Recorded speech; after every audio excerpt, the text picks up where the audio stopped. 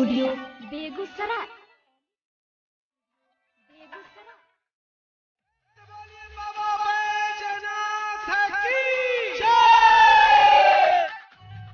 Mix by Raju Singh.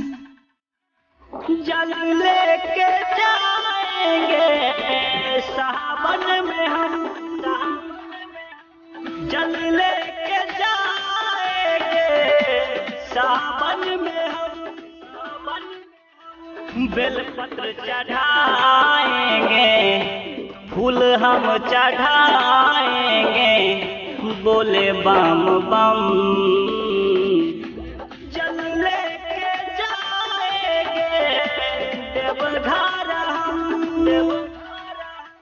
जल लेके जाएंगे देवघर हम,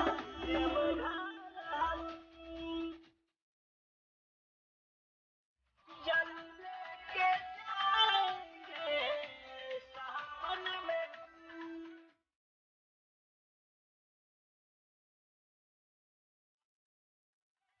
जल लेके जाएंगे सावन में हम।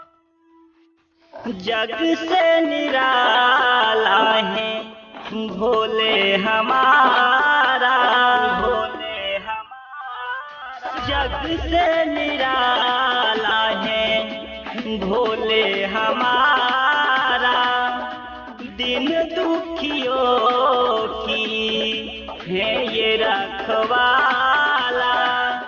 मिट जाएंगे सारे, मिट जाएंगे सारे दुख और गम।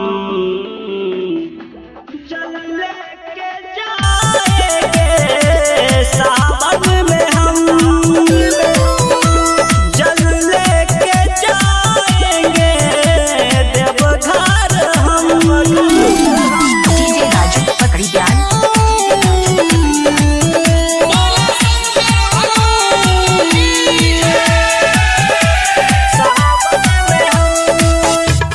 भक्तों को है ये जान से भी प्यारा, जान से भी प्यारा। भक्तों को है ये जान से भी प्यारा।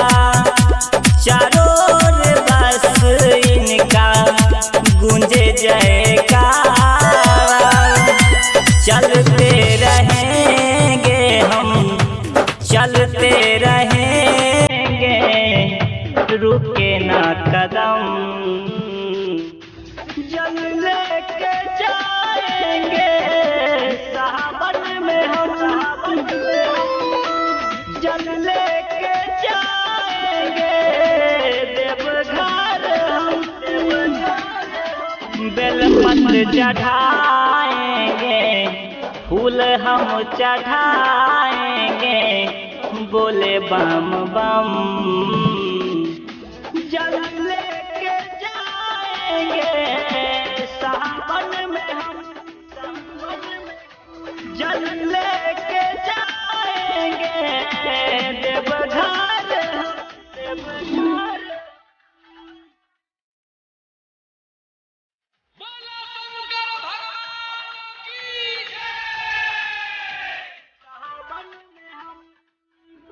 देवों के देव महादेव हमारे,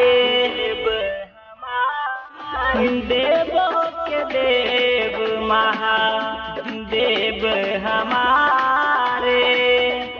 देवता भी संकट में नाम पुकारे। ओम नमः शिवाय शिवाय, ओम नमः शिवाय शिवाय, जपते मन ही मन। जल लेके जाएंगे सावन में हम, जल लेके जाएंगे देवघर हम। बेलपत्र चढ़ाएंगे, फूल हम चढ़ाएंगे, बोले बोले बम।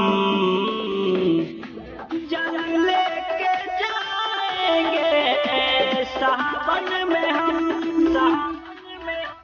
जल लेके जाएंगे देवघर। एनी रिकॉर्डिंग स्टूडियो बेगूसराय।